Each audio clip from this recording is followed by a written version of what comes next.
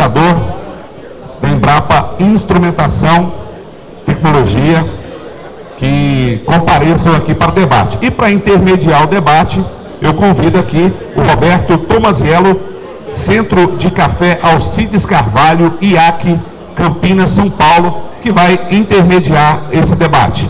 E ressaltando também a importância das palestras da tarde de hoje, a partir das 14 horas, depois do almoço, que são assuntos importantes para complementar tudo o que foi dito aqui nesses 3 dias de feira, que é a palestra das consequências das mudanças climáticas para a cafeicultura e novidades na utilização de corretivos de solo na cafeicultura, 2 palestras técnicas importantes para o setor de cafeicultura. E também a palestra da nossa querida Hortência Marcari, ex-jogadora de basquete da Seleção Brasileira, que vai dar uma lição de vida aqui para nós com a palestra Lições de uma Vida, Estratégias, Valores e Atitudes de uma Campeã. Uma palestra motivacional para a gente encerrar com chave de ouro a nossa Fene Café 2013. Então vamos partir para o debate. Eu passo a palavra agora ao Roberto Tomaziello. Muito bom dia.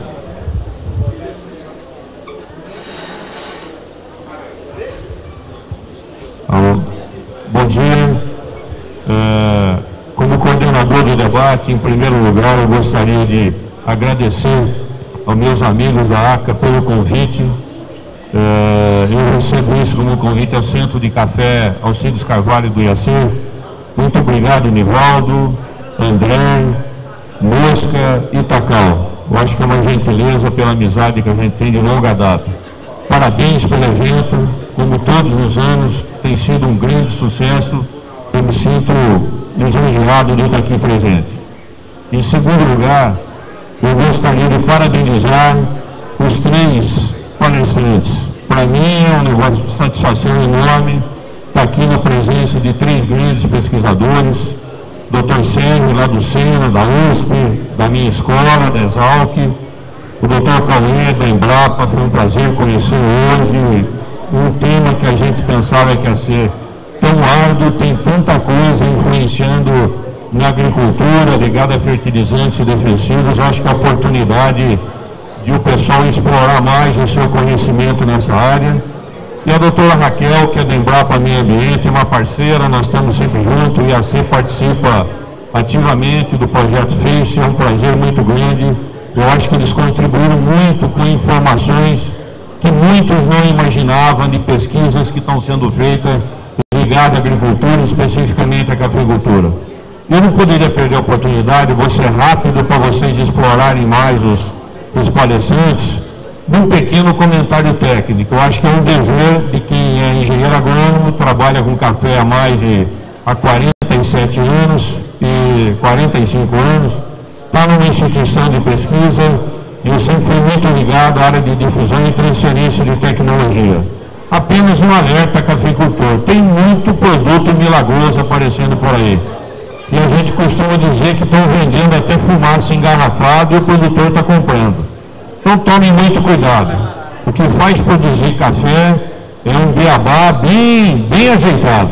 Sabe, um arroz com feijão bem feito, uma salada de tomate, um óleozinho ali em cima e um zoião, um ovo frito. Isso funciona muito, se produz muito café. Cuidado com muita novidade que está no mercado toda hora e muitas vezes não tem pesquisa séria feita em cima disso. E o pessoal começa a divulgar. O Mosca fez uma pergunta para o professor, talvez ele possa explorar mais, e não sei se o meu colega Bernardo, lá do IAC, à tarde também vai explorar. A respeito, eu vou jogar no ventilador, Mosca, sabe? É o calcário líquido. Estão vendendo calcário líquido, e 5 litros de calcário por hectare resolve o problema, que onde se aplica 1 ou 2 toneladas. Para isso, nós estamos recebendo muita consulta no IAC. E eu me reportei ao colega do Centro de Solos lá, que é o Quágio, que é um dos grandes pesquisadores na área de fertilidade. O Quágio me informou o seguinte: isso está sendo baseado num trabalho feito em estufa para cana-de-açúcar, no centro de canas do IAC em São Paulo, lá em Ribeirão Preto, um trabalho que o delineamento dele não está tão legal e é em estudo ainda, estudo preliminar, e isso de alguma maneira chegou no ouvido do pessoal e estão usando esses dados para sair recomendando a utilização. Isso é um absurdo, está causando um monte de problema, é uma mentira muito grande, na opinião do colega Cláudio, que eu endorso embaixo que ele está falando, né? E que a própria Associação de Produtores de Calcário já está entrando na justiça, porque esse produto está inclusive registrado para adubação foliar e não para aplicação. Então esse é um exemplo simples. Como o Mosca fez uma pergunta, aproveitei o gancho. Eu acho que, Mosca, vale a pena numa oportunidade como essa, como responsabilidade nossa de gente séria trabalhando em café, alertar o produtor para não entrar em fria, né? Então com isso eu encerro a minha participação. E aproveitaria que vocês aproveitem os 3 pesquisadores aqui e poder explorar mais o conhecimento deles a respeito do que eles falaram hoje. Muito obrigado e aguardamos aí as perguntas da plateia. Se tiver alguém na plateia, eu dou preferência, senão eu vou começar fazendo pergunta já. Posso perguntar aí? Eu teria basicamente... só um instante. Eu teria basicamente 3 perguntas, Tomazelo. Dr. Serri, doutora e Dr. Cauê. Ao Dr. Serri, o senhor falou que tem algumas dezenas de bilhões de dólares aí disponível para pesquisa, para os levantamentos. Nós estávamos falando com o Diogo. É uma prática que talvez vai se consolidar aí para os próximos anos. Como que a gente, cafeicultor, o pessoal mais humilde, simples mortais, teria condições de ter acesso a esse dinheiro dessa pesquisa, se são empresas aqui, se o cafeicultor tem qual que é o acesso direto que a gente teria sobre isso? Esse recurso está sendo utilizado para exatamente formatar a parte de metodologia, a parte de sistematização do que tem que ser avaliado. Porque tem muito recurso aí para a parte de micro-organismos do solo. São processos muito caros para serem feitos, né? Então é preciso esse recurso que está sendo colocado para os grandes centros de pesquisa para aproveitar e para conseguir um protocolo mínimo de dados que depois passam a ser utilizados em propriedades agrícolas. Esse não é um recurso que o produtor vai utilizar. É um recurso utilizado para as grandes corporações de pesquisa para que consigam, num curto espaço de tempo, mapear, porque nós não conhecemos o que tem no solo. Nós não conhecemos 1% dos micro-organismos que tem no solo. E nós já estamos utilizando isso indevidamente. Então, isso aí, a parte mesmo de macrofauna, nós não sabemos o que existe no solo. E já muitos desses organismos estão desaparecendo, né? Então, esses recursos são recursos que estão sendo colocados parte na Europa, parte na África, mas para institutos que consigam, em pouco tempo, um protocolo para que seja aplicado depois praticamente nos diversos cultivos agrícolas. Não sei se mas não é para o produtor, é para desenvolver essas ferramentas que não existem ainda. Ok. Dr. Cauê, do ponto de vista de nanotecnologia, como que ficaria a nossa segurança no campo? E numa palhinha de uma palestra que a gente assistiu, o pessoal estaria preocupado com o EPI, porque a gente estaria falando de pequenas partículas. Como que ficaria isso para a gente no campo da utilização desses produtos, no caso fitossanitário? Se isso teria algum impacto para a gente, como que seria, o que a gente teria que ler no rótulo do produto, por exemplo, em termos de segurança? Porque a gente no campo nós somos cobrados, né, principalmente de fazendas certificadas, quanto mais segurança, principalmente segurança alimentar. Então eu gostaria que o senhor falasse alguma coisa nesse sentido.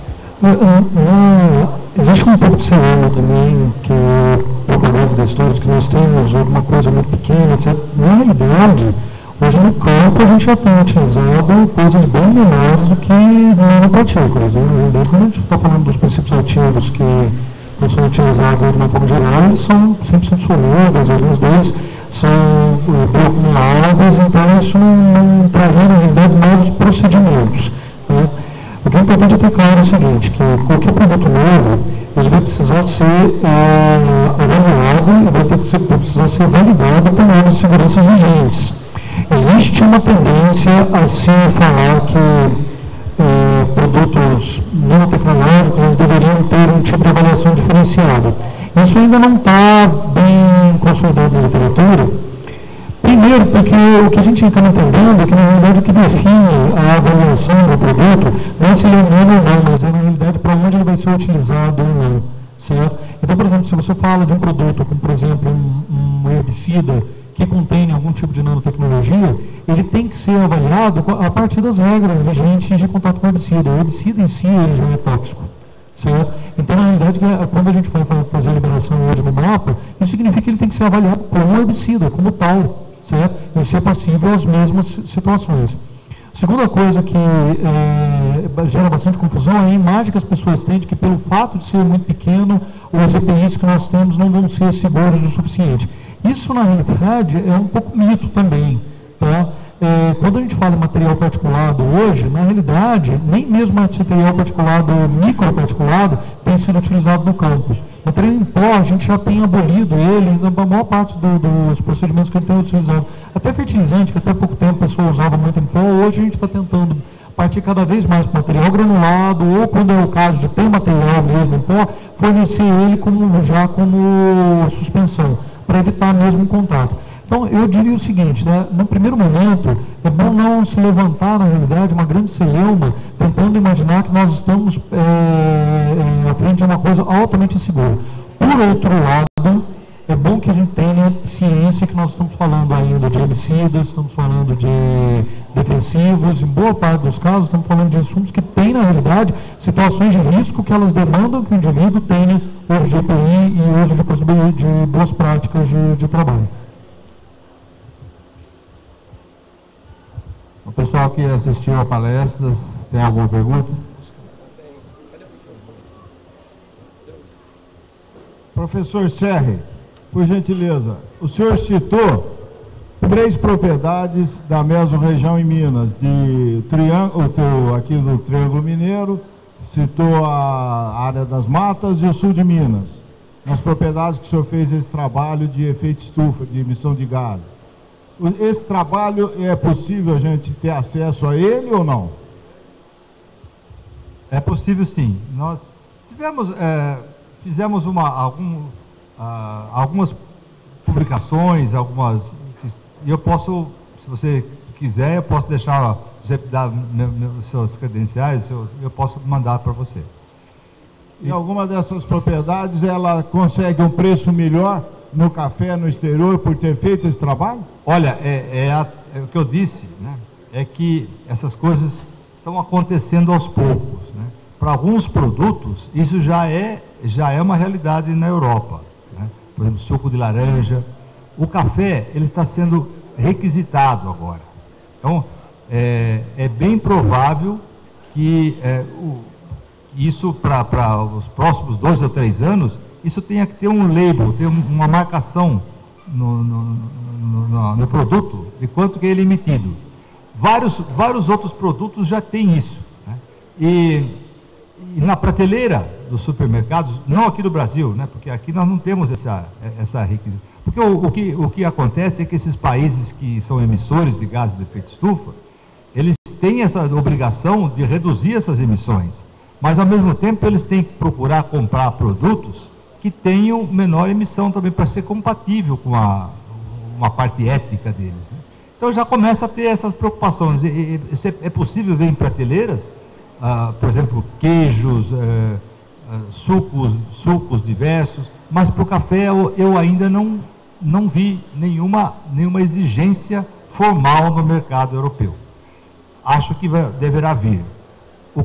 A pegada do carbono talvez seja a primeira, mas deverão vir outros, com a própria pegada hídrica, a pegada de água. Mas ainda é um processo que só não foi implementado por causa do problema econômico que nós tivemos na Europa e nos Estados Unidos. e que agora parece que está saindo dessa crise econômica, né? Então, a partir do momento que os mercados ficarem mais fortalecidos, as exigências ambientais vão ficar cada vez mais evidentes. Mas, no momento, ainda não há essa obrigatoriedade de se colocar um label, uma marcação nos sacos, nos pacotinhos de café. Muito obrigado. Moça, um minutinho. Eu gostaria de retornar ao Dr. Cauê, que o senhor explorasse um pouquinho mais. Alguns colegas têm perguntado para a gente sobre esses adubos de liberação lenta, liberação controlada, porque eles nos questionam o seguinte: é uma tecnologia um pouco mais cara, né?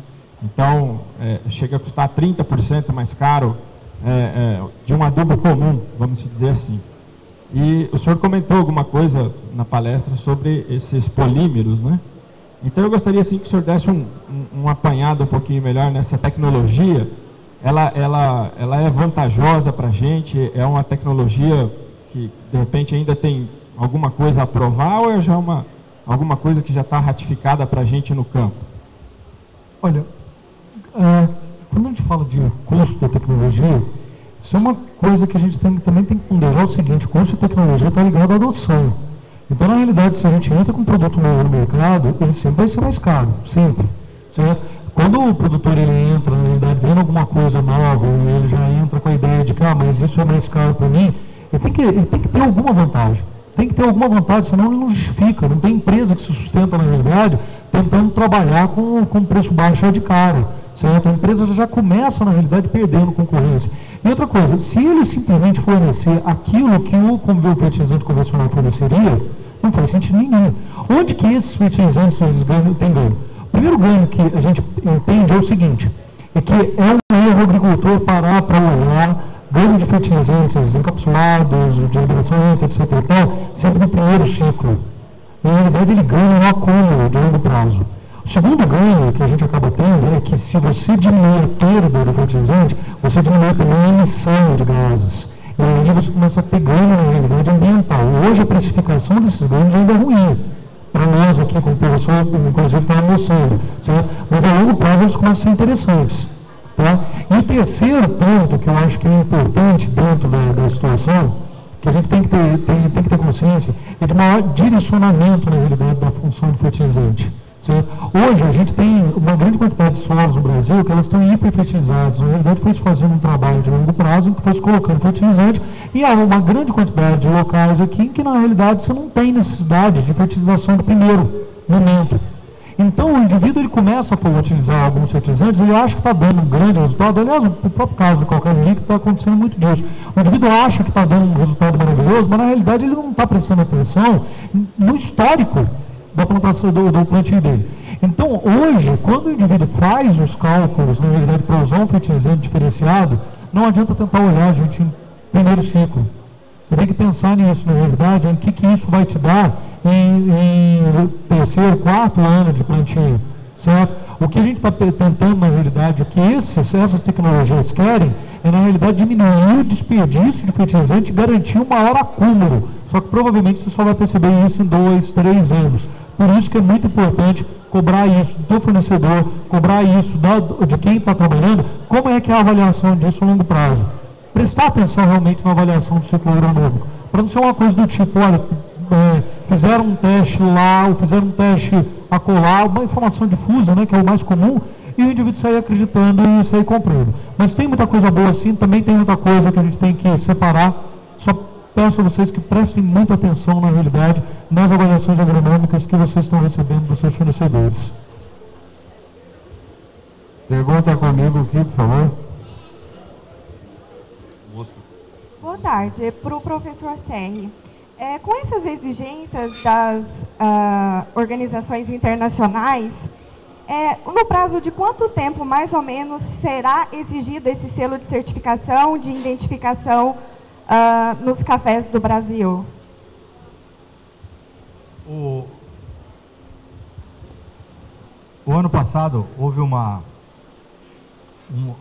encontro na Bélgica, em Bruxelas, e lá foi definido primeiro as bases para se fazer o cálculo.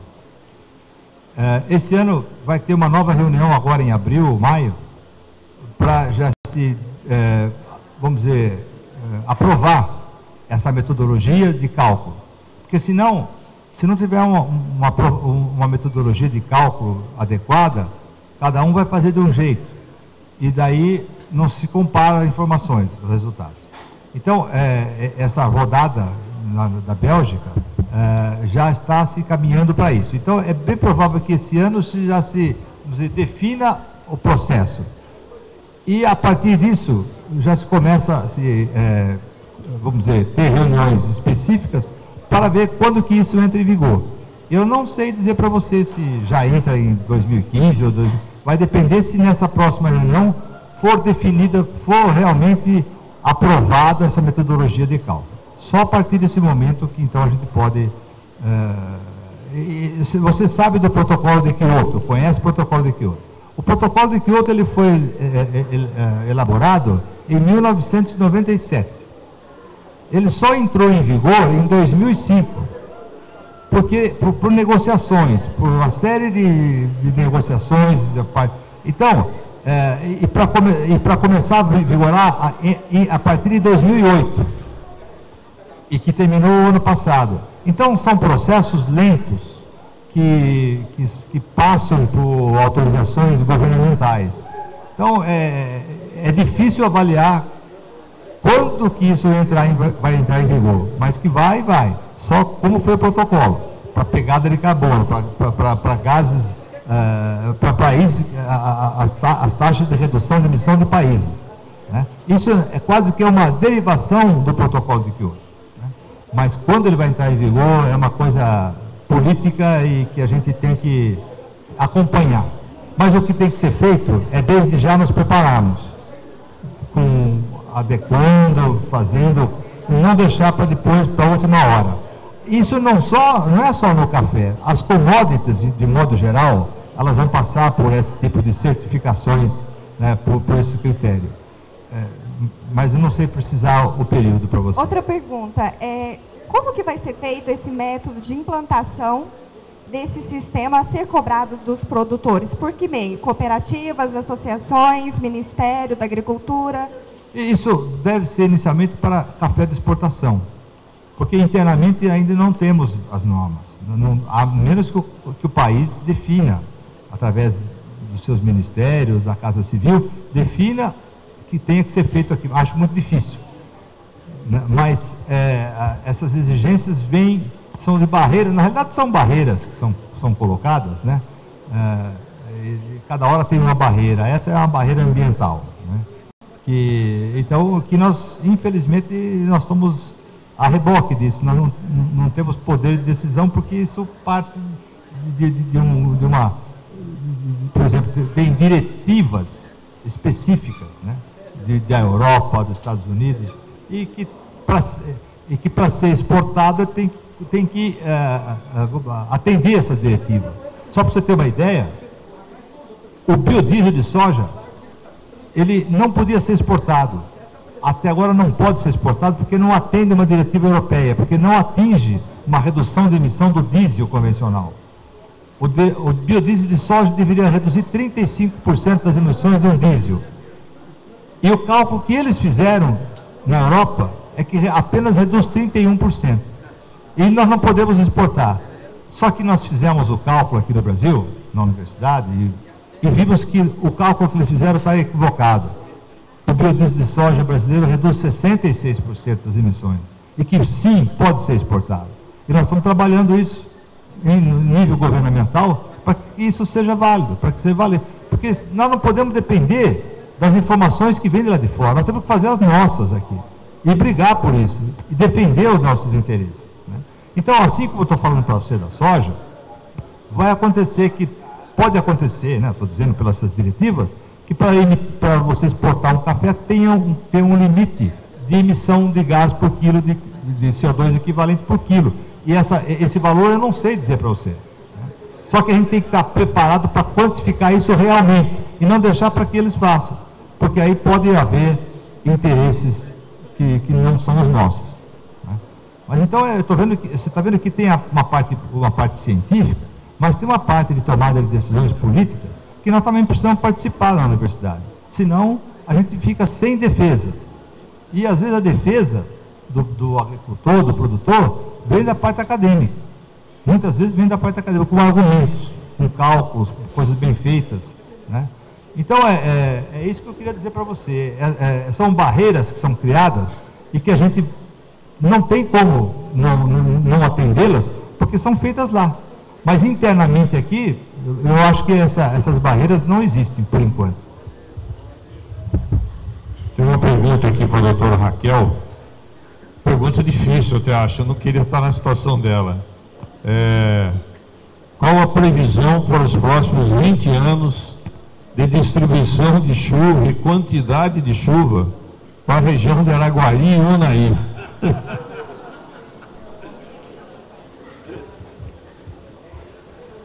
Vou chamar aquela senhora lá em cima, que é vidente, assim, para falar. Mas é o seguinte, claro que eu não sei isso de cabeça, mas nós temos um banco de dados, de mapas climáticos, que foi gerado com aqueles 23 modelos do 4º relatório do IPCC. E o resumo daquilo lá está no Atlas, que eu falei que tá tem livre acesso, a pessoa pode consultar. Então, a grosso modo, pode olhar lá onde é a região de Araguari e localizar mais ou menos quanto que vai aumentar de temperatura, mas é uma média. Se essa pessoa tiver um interesse grande realmente, eu ofereço que a pessoa pode consultar lá no laboratório de geoprocessamento, consultar a base de dados, daí tem a posição, latitude e longitude, dá para gerar um documento com todas essas anomalias de precipitação e temperatura mês a mês. Assim, é uma quantidade grande de dados que o pessoal desse laboratório vai ter que parar suas atividades para fazer isso. Mas se tiver um interesse realmente grande, dá para ser feito. E mais preciso também do que só olhar no Atlas. Marcelo, vamos para a última pergunta para depois dar início à entrega. Bom, parabéns a todos, né? Vocês ficam aí na pesquisa, tentando trazer novas tecnologias, e a gente fica aqui no campo tentando colocá-las em prática. Eu vi num gráfico seu, ali até me chamou a atenção, porque a gente usa esse produto com inibidor de urease, e ele volatiliza menos, né? Essas informações não deveriam ser mais frisadas e mais disseminadas, principalmente sendo que 60% da prefeitura são pequenos proprietários, menores de 50 hectares. E assim, você vai ficar na parte comercial mesmo, ou vocês têm interesse em aumentar essa discussão e levar mais a fundo, tanto para nós diminuir os gases emissores, como também o melhor aproveitamento. Se não está volatilizando, teoricamente teria que estar aproveitando melhor. Isso seria correto? Eu poderia estar diminuindo um pouco a minha adubação ou algo assim? Olha, você está correto. Aí já as preocupações já começam a aparecer por parte dos fabricantes, dos produtores de fertilizantes, né? Agora, em abril, vai ter uma reunião na Alemanha, eu vou participar, para exatamente nós conseguimos debater um pouco, porque existe uma série que já existente no mercado, alguns fertilizantes encapsulados, outros como inibidores, mas o fato é que a gente não tem ainda uma pesquisa para avaliar a real redução de emissão dessas adequações desses fertilizantes. Isso não é um processo que é fácil de fazer, precisa de envolvimento, precisa de certo recurso. Nós estamos fazendo isso através de teses, né? Teses de alunos com recursos de fundação, da FAPESP ou do CNPq, mas isso precisa ser feito em um grande número de locais, porque não é só naquele local que nós podemos extrapolar aquelas informações, né? Muitas vezes o local é um local específico, em termos de distribuição de chuva, em termos de textura do solo, em termos de distribuição da temperatura, e que às vezes não é válido para outras regiões, né? Então, nós precisamos fazer isso numa escala nacional, né? Isso é um esforço muito grande, não é só de um instituto, mas de vários institutos que tem que se... E nós estamos procurando fazer isso, né? Para evidentemente colocar informações corretas daquilo que os produtores de fertilizantes estão dizendo que reduz a emissão. Nós precisamos quantificar isso. Precisamos quantificar, porque senão está comprando uma coisa mais cara e que pode não estar reduzindo as emissões, né? Então precisamos muita pesquisa nesse aspecto, muito esforço, muita cooperação nisso. O NBTP realmente diminuiu a volatilização. Sim, mas o que eu quero dizer é que tem no caso do gás de efeito estufa, é o N2O, óxido nitroso, que a gente deve considerar, né? Então, isso, para quantificar esse óxido nitroso, tem que ter equipamentos específicos para isso, né? Então, precisamos de esforço ainda. Então, nós não temos essas informações no que se refere não à emissão desse gás específico que causa o efeito estufa. Nós não temos essas informações para todos os fertilizantes, para todas as doses. As emissões variam com a dose, variam com o local de aplicação, variam com a época do ano. Não é uma tarefa muito simples. Tem que ser... Nós utilizamos aí mais de 100 anos de pesquisa para ver qual é a dose correta, ou a melhor dose para a produtividade.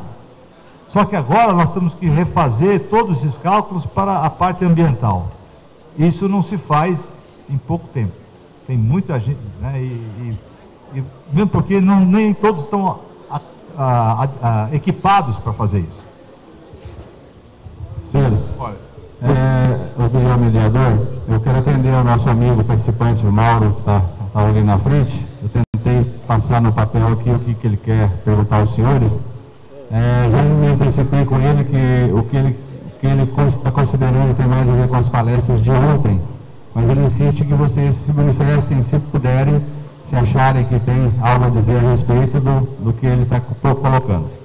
Ele fez a seguinte consideração: o café de Araguari, quando dorme no sereno, muda de bebida, porque Araguari estaria perdendo valores e qualidade do seu produto em função desse problema, dessa consideração. E a segunda, que seria que a terra de Araguari hoje, a terra fértil, considerada por ele fértil do Cerrado, está sendo usada mais como suporte, e que se o uso de químicos, né, o grande uso de produtos químicos de adubação, de resíduos, se isso pode trazer grandes problemas aí no futuro. Se vocês acharem que tem algo a dizer a respeito, por favor, se não, a gente encerra, que nós temos uma premiação a fazer.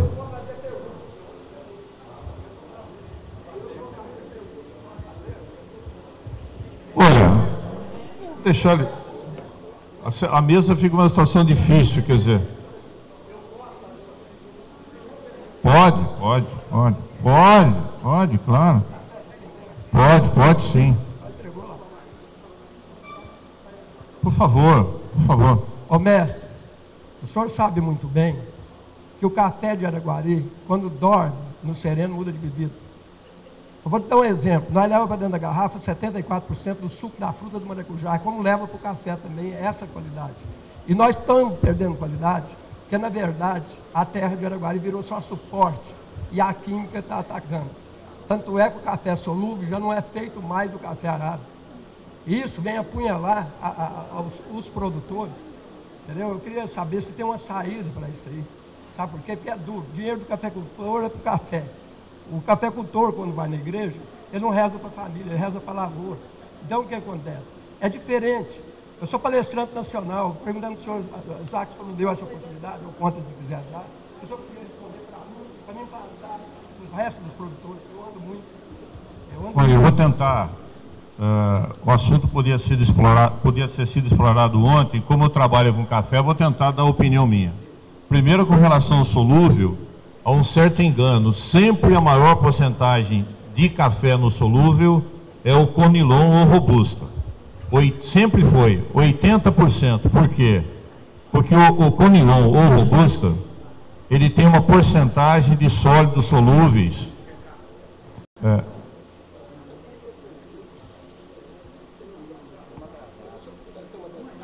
Não, por favor, eu vou responder, só prestar atenção. Não, mas eu vou responder a sua pergunta, nós temos que encerrar, mas eu vou responder. Calma, eu vou responder, vamos, e depois nós encerramos.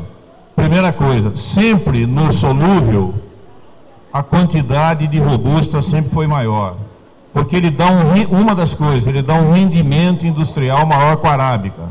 Uma saca de 60 kg de solúvel, de Robusta, torrada e moída, dá 52 quilos.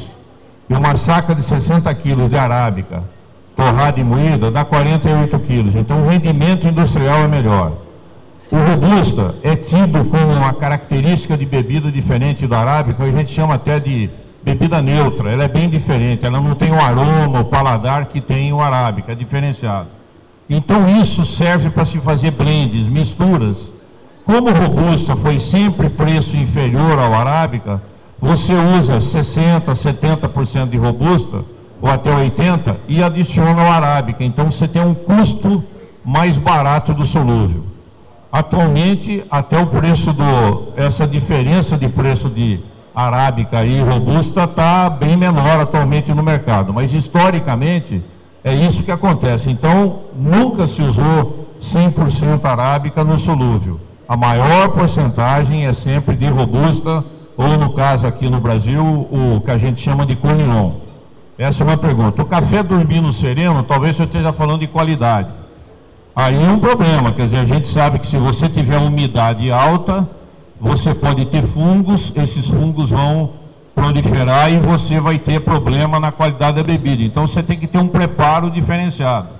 Nós temos regiões, por exemplo, do estado de São Paulo, que é a origem nossa, você pega a região divisa com o Paraná, o inverno, época da colheita, é úmido.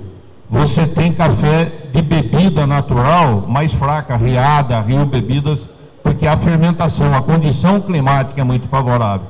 Quando a gente vem para uma região divisa com Minas, Franca, Pedregulho, Cristais Paulistas, de altitude, onde o inverno é seco, você não tem essa condição de umidade alta, não tem fungo, não tem bactéria e outras coisas, você tem um café natural de ótima qualidade. Muitos produtores nessa região não descascam o café e não despolvam. Então aí tem que se tomar cuidado com relação ao pós-colheita. O que eu vou fazer no pós-colheita? Um preparo bem feito para evitar que o café fermente na árvore.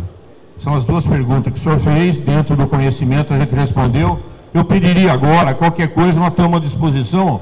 Nós precisamos encerrar agora, porque tem o período da tarde. Por favor. Então a gente agradece aí a